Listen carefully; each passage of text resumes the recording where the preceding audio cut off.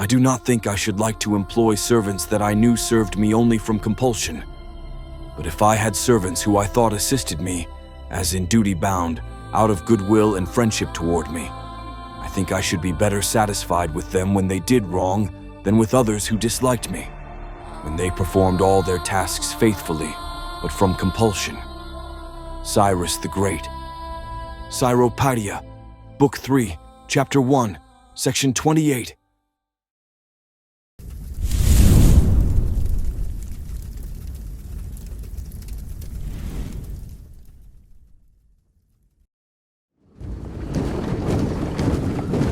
In the winter of 547 BC, Cyrus the Great crossed the mountains and descended into the plain of Thymbra. There, 400,000 Lydians under their king Croesus barred his path. Once again, the great king arrayed his forces for a full-scale battle. Should Cyrus be defeated, it would mean the ruin of Persia, but if he triumphed, it would raise the empire to its utmost glory and power.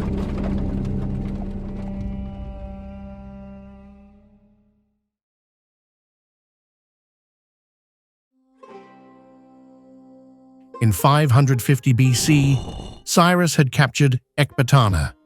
The kings, who had once been subjects of the Medes, and those who had allied themselves with them, now accepted Cyrus as their sovereign and new ally.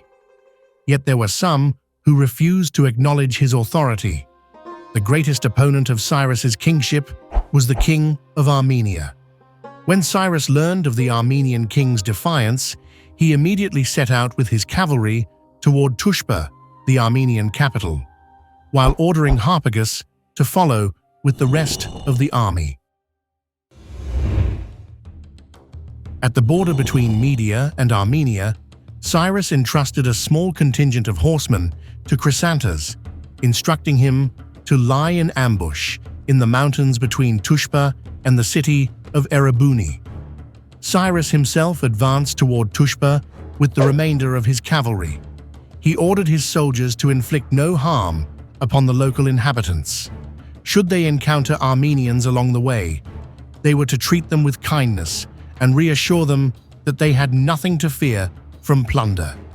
By this policy, Cyrus won the hearts of the Armenian people. Orontes I was taken completely by surprise by Cyrus's swift reaction and rapid advance. Unprepared for war, he immediately ordered an army to be raised, while at the same time entrusting his wife and young children to his son Sardis, instructing him to flee with a small escort to the fortress of Erebuni. In a short time, the Persians drew near to the city of Thymbra. Since Orontes had not yet gathered his forces, he was compelled to abandon the city with the small army at his disposal and begin a retreat. Meanwhile, Croesus intercepted the king's wife and children as they fled toward the mountains and took them into custody, bringing them towards Cyrus's camp.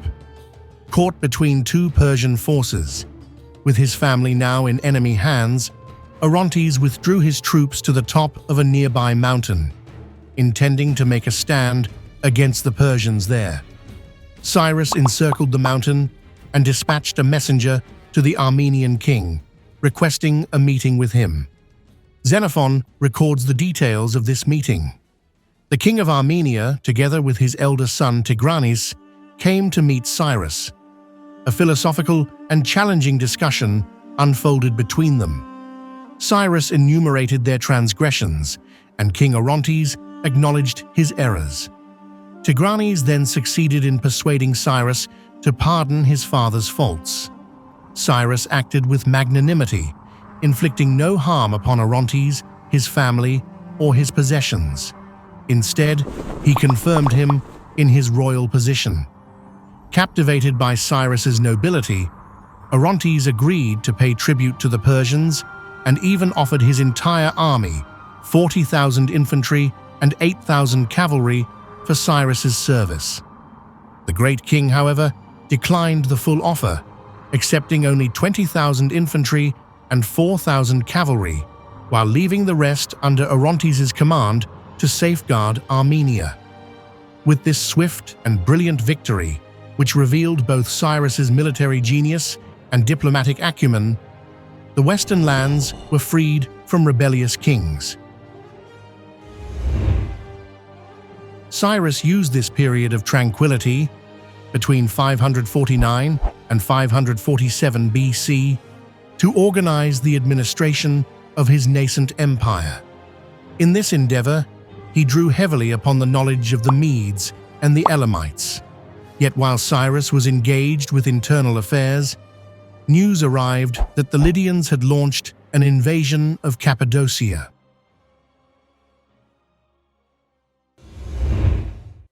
The fall of the Median kingdom in 550 BC had a profound impact upon the ancient world.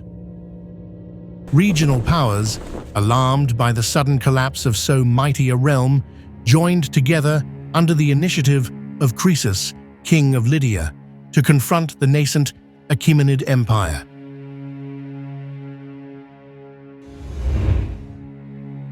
Croesus, who was at once terrified by the fall of Media and eager to seize the lands beyond the Halys River, persuaded the surrounding states to form an alliance against Persia. Between 550 and 548 BC, he secured allies in Babylonia, Egypt, and Sparta. Before embarking on war against the Persians, Croesus sent lavish offerings to the sanctuaries of Delphi and Amphiaraon, seeking oracular counsel on the outcome of his campaign. The oracle of Delphi responded, "If Croesus crosses the Halys River, he will destroy a great empire." Taking this prophecy as encouragement, Croesus pressed forward with his plans.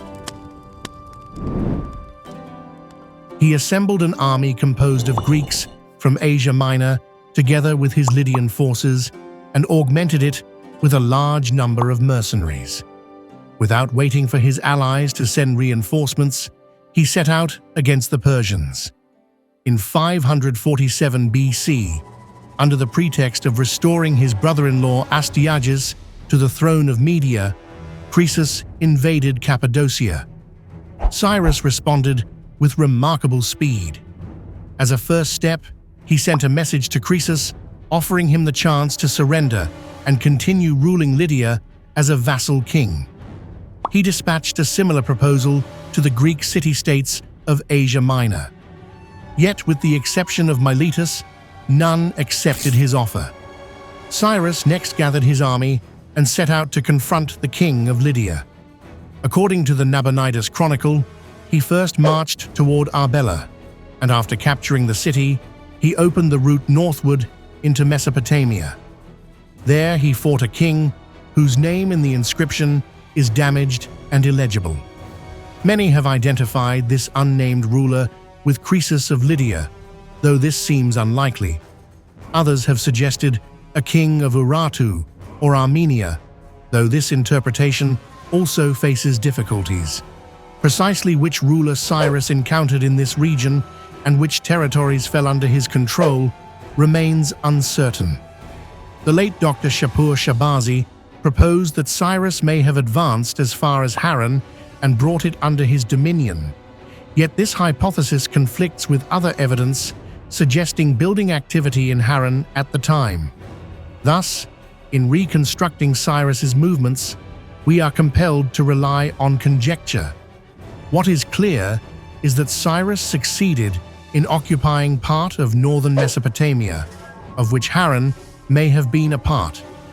According to the Nabonidus Chronicle, he stationed some of his forces there and likely appointed Gobryas as their commander. The conquest of northern Mesopotamian lands was of great logistical and strategic importance for Cyrus. With his rear now secured, he could rest assured, should the Babylonians attempt to rush to Croesus's aid, they would first have to overcome Gobryas and his soldiers. And if they sought to march directly against Persia, Gobryas could rise to resist them. After this shrewd maneuver, Cyrus pressed onward. When he approached Cilicia, its king, at that time a tributary of the Babylonians, joined Cyrus's camp and declared his loyalty. On the other side of the conflict, Croesus too had achieved successes. His forces entered Cappadocia and captured its center, Pteria. According to Herodotus, though he had suffered no wrong at the hands of its people, Croesus enslaved them and plundered their land. He established himself in the strongest position in Cappadocia and awaited Cyrus's arrival. In the late autumn of 547 BC, Cyrus reached Pteria. He gathered his army and encamped directly opposite Croesus. Soon, a fierce battle began between the two sides. Neither the Persians nor the Lydians could gain the upper hand. Although Croesus held the more advantageous position, he failed to make use of it. Casualties on both sides were heavy, yet the Persians managed to inflict greater damage upon their foe.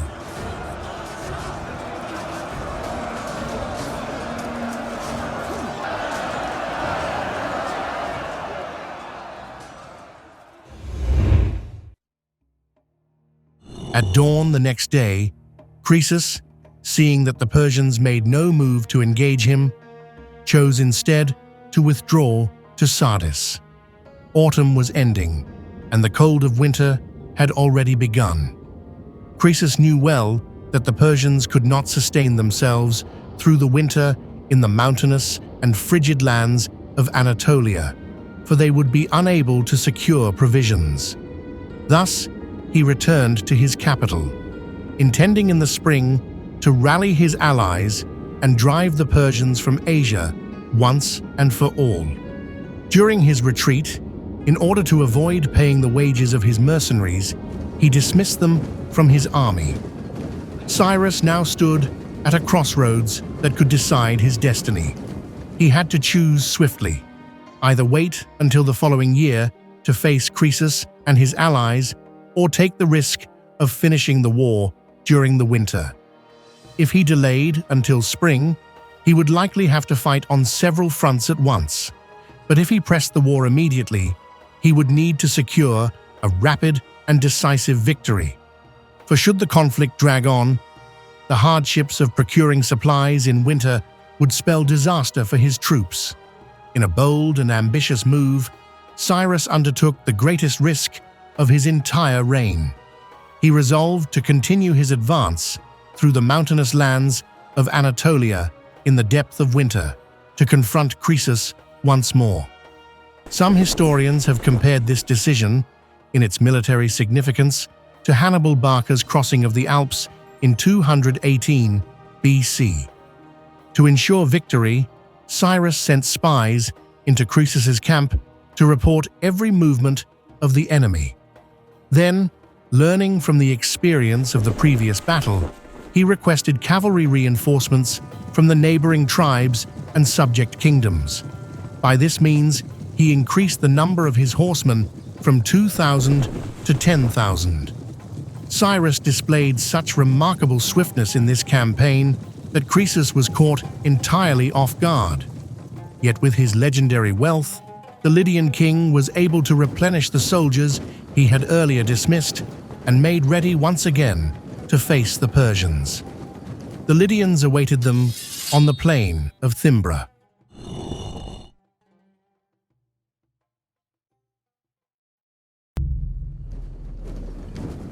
According to Xenophon, the Lydian army numbered 400,000, while the Persians fielded 190,000, a clear exaggeration of the actual forces on both sides. Nevertheless, it is evident that the Lydians enjoyed numerical superiority. The Lydian army was likely composed as follows: 50,000 infantry, drawn from the Lydians and the Greeks of Asia Minor, together with mercenaries from Egypt and Mesopotamia, 5,000 archers and 30,000 cavalry, of whom 15,000 were the elite Lydian horsemen. In total, the Lydian forces likely amounted to about 85,000 men. The Persian army was probably arranged thus: 50,000 infantry, including 10,000 elite Persian foot soldiers, 10,000 heavily armed Median infantry, and 30,000 light infantry. The Persians also possessed 5 siege towers, each manned by 100 archers at the top, 100 scythed chariots. Finally, 10,000 cavalry. Altogether, the Persian host numbered approximately 60,000 men. In order to provoke Croesus into launching the attack, Cyrus arranged his forces so that they appeared weaker than they truly were. Having learned from the experience of the previous battle, he now understood the vital importance of cavalry, and thus deployed his troops accordingly. The elite infantry were stationed at the center of the army. The light-armed infantry were divided evenly between the 2 wings, arrayed in such a way that they formed the shape of a spearhead. Opposite the heavy infantry, Cyrus positioned 100 scythed chariots. On Harpagus' advice, the camels that normally carried the baggage train were placed in front of the light infantry. Behind his infantry, Cyrus stationed his archers and javelin throwers, and at the very rear, he placed 5 siege towers. The decisive arm of the Persians in this battle was the cavalry. Cyrus concealed them at a distance, out of sight of the Lydians, assigning 5,000 horsemen to each wing. When Croesus beheld the Persian formation, he was filled with eagerness. Confident in his numerical superiority, he sought to encircle what he believed to be an enemy too fearful to fight, and thus fell into the trap Cyrus had prepared for him. He arranged his forces in the shape of a crescent. At the center of the army, Croesus stationed his infantry, with archers positioned behind them. On the right wing stood the elite Lydian cavalry, and on the other wing, the mercenary horsemen. The strength of the Lydian army lay in its cavalry, and Croesus intended to strike swiftly at the Persian light infantry on the flanks, drive them from the field, and then encircle the Persian center. When every soldier had taken his place, Cyrus gave the signal. The standard of the royal falcon was raised high, and the trumpets sounded. The Persians advanced slowly and in good order. Upon hearing the blast of the war trumpets, Croesus ordered the attack.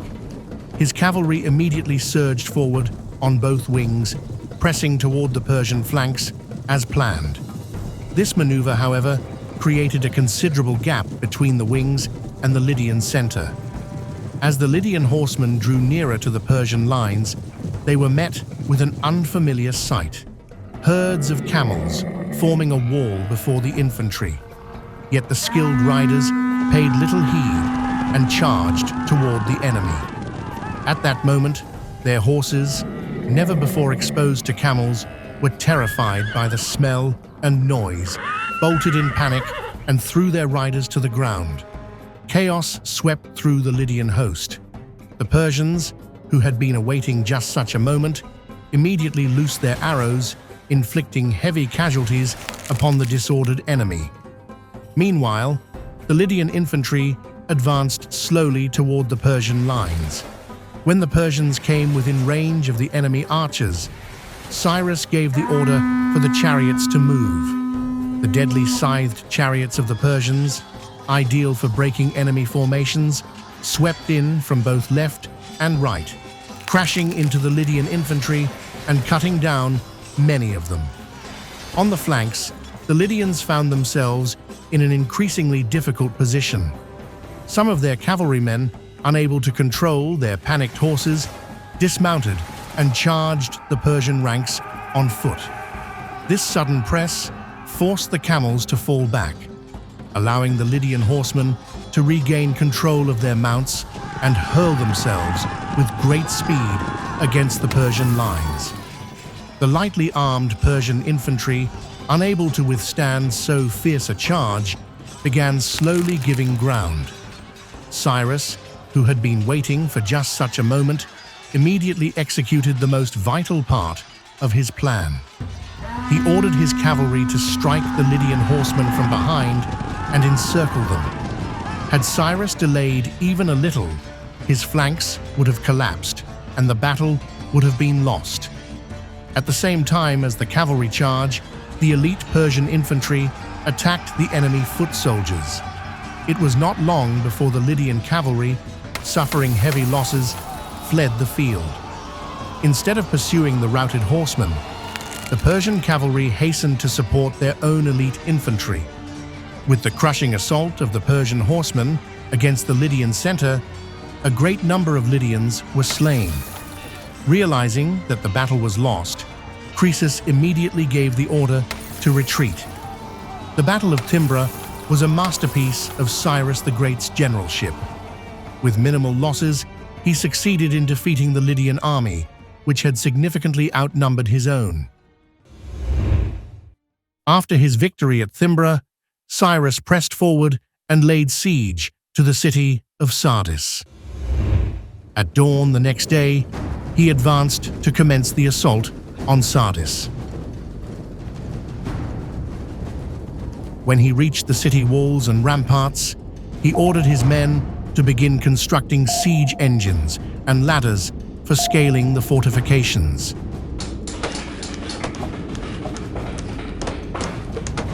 As night fell, Cyrus himself, accompanied by his advisors, inspected the defenses. He observed that the city was surrounded by a formidable and well-fortified wall. Once the siege equipment was ready, Cyrus commanded his troops to storm the city. The siege towers were placed at measured distances from the walls, and the archers stationed atop them engaged in combat, with the bowmen defending the battlements. Meanwhile, the infantry pushed the battering ram toward the city gate, while the ladder-bearers rushed to the base of the walls, preparing to scale them. A fierce struggle broke out between the two sides, but despite their persistence, the Persians made little progress. To avoid further losses, Cyrus ordered a withdrawal. For 14 days, the Persians maintained their siege. Each time they stormed the strong walls, they failed to achieve success. Cyrus then proclaimed to his soldiers that whoever first mounted the city walls would receive a great reward. It was then that a soldier of the Mardian tribe, having carefully observed one of the city's watchmen, discovered a narrow path leading into the city. He revealed this route to Cyrus. On the 14th day, Cyrus led part of his army along the path the soldier had shown and entered the city.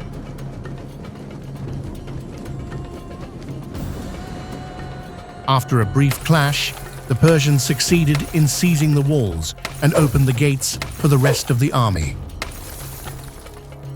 When the inhabitants saw the Persians upon their battlements, they immediately surrendered. According to Xenophon's account, Cyrus ordered his soldiers to remain in their positions until further instructions were given. He then, accompanied by his personal guard, advanced toward the citadel where Croesus had taken refuge. Thus, the city of Sardis was spared from harm. Cyrus even punished some of his men who had disobeyed his orders and begun to plunder the city. Archaeological evidence from Sardis, however, tells a different story. Traces of burning and damage to parts of the city wall suggest that the conquest was not as simple as the Greek sources describe, and that the fighting may even have extended into the city itself. Based on this evidence, it appears likely that Sardis was in fact plundered by the Persians. When Cyrus reached Croesus with his soldiers, he found him seated atop a pile of wooden timbers. Beside him stood a priest who was anointing the Lydian king's head and face with oil. Croesus, whose own obstinacy had brought about the downfall of his city and kingdom, sought to offer himself as a sacrifice to Apollo, the patron god of Sardis. The priest descended from the timbers and set fire to them, casting the Lydian king into the flames. When Cyrus beheld this, he commanded his soldiers to extinguish the blaze, but they could not. At that very moment, the heavens roared, and by the will of Apollo, storm clouds gathered across the clear sky. Rain fell in torrents such as none had ever seen before. The fire was quenched by the downpour, and thus Croesus was saved and forgiven of his sins. Cyrus, witnessing this marvel, was astonished, and thereafter treated Croesus with the utmost respect and kindness, placing the Lydian monarch among his closest advisors. The account of Croesus's capture is, as is evident, interwoven with legend, and each of the Greek historians recounts a different version of the event. Yet from the sum of their testimonies, it appears that Cyrus treated the defeated king with dignity and magnanimity, granting him a place of honor. The city of Sardis fell to Cyrus in the winter of 546 BC. Yet his work in the west was not yet finished. The Greek city-states refused to acknowledge Cyrus as their overlord, and at the same time, he faced difficulties in establishing stable governance over Sardis itself.